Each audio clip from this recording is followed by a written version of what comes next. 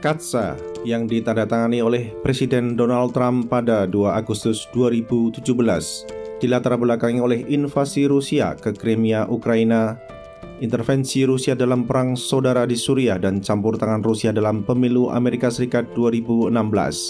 Sifat CAATSA adalah suatu hukum Amerika Serikat yang bersifat ekstrateritorial, sehingga entitas dan atau individu non-Amerika Serikat pun dapat terkena aturan tersebut. Sebagai negara adikuasa dengan pengaruh politik, ekonomi, dan militer yang sangat kuat, Amerika Serikat dapat dengan mudah menerapkan hukum nasional yang bersifat ekstrateritorial. Meskipun banyak negara termasuk sejumlah negara Uni Eropa dan NATO menolak karakter ekstrateritorial CAATSA, akan tetapi tidak ada negara di dunia yang mampu menolak penerapan CAATSA oleh Washington.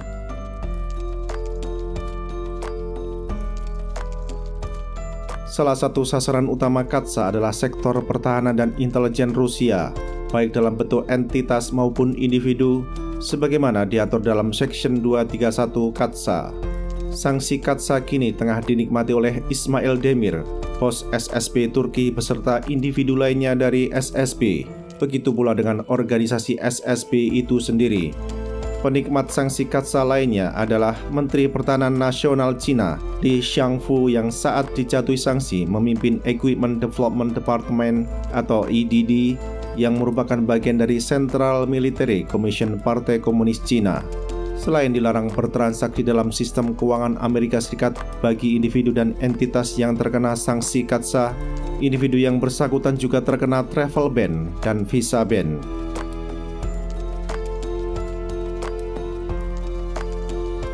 Penerapan sanksi CAATSA kepada SSP dan EDD tidak lain karena mereka terlibat dalam impor senjata dari Rusia, seperti sistem pertahanan udara S-400 dan pesawat tempur Sukhoi Su-35. Sanksi-sanksi kepada entitas dan individu bukan Rusia dalam CAATSA dikenal sebagai secondary sanction.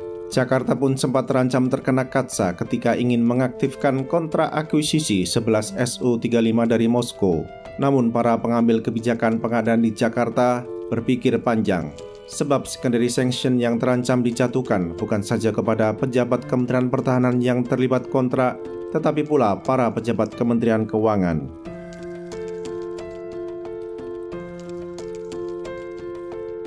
Suka atau tidak suka, Indonesia memiliki kerjasama sektor keuangan yang erat dengan Amerika Serikat, begitu pula dengan Bank Dunia maupun IMF.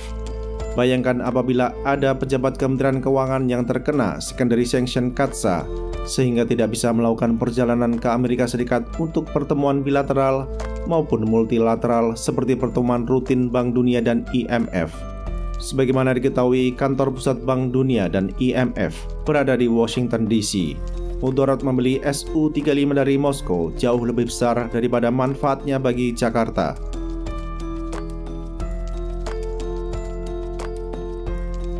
Selain akal sehat para pengambil kebijakan di Jakarta, terhindarnya Indonesia dari sanksi CAATSA disebabkan pula karena tidak ada lembaga keuangan internasional yang mau memberikan pinjaman kepada Indonesia untuk membawa pulang pesawat pancar gas dari Rusia.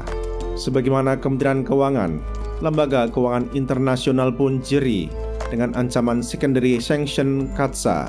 Selain itu, sistem pembayaran keuangan internasional pun dikontrol oleh Barat, baik lewat New York maupun Frankfurt. Singkatnya, bila ingin berbisnis senjata dengan Rusia, tidak boleh memakai mata uang dolar Amerika Serikat, di samping harus membayar tunai, karena mustahil melakukan transaksi pembayaran lewat sistem pembayaran keuangan antar bangsa.